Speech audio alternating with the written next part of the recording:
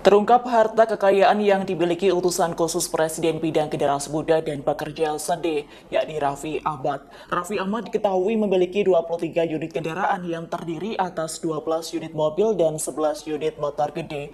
Hal itu diketahui dari laporan harta kekayaan penyelenggara negara atau LHKPN Raffi yang disampaikan Komisi Pemberantasan Korupsi.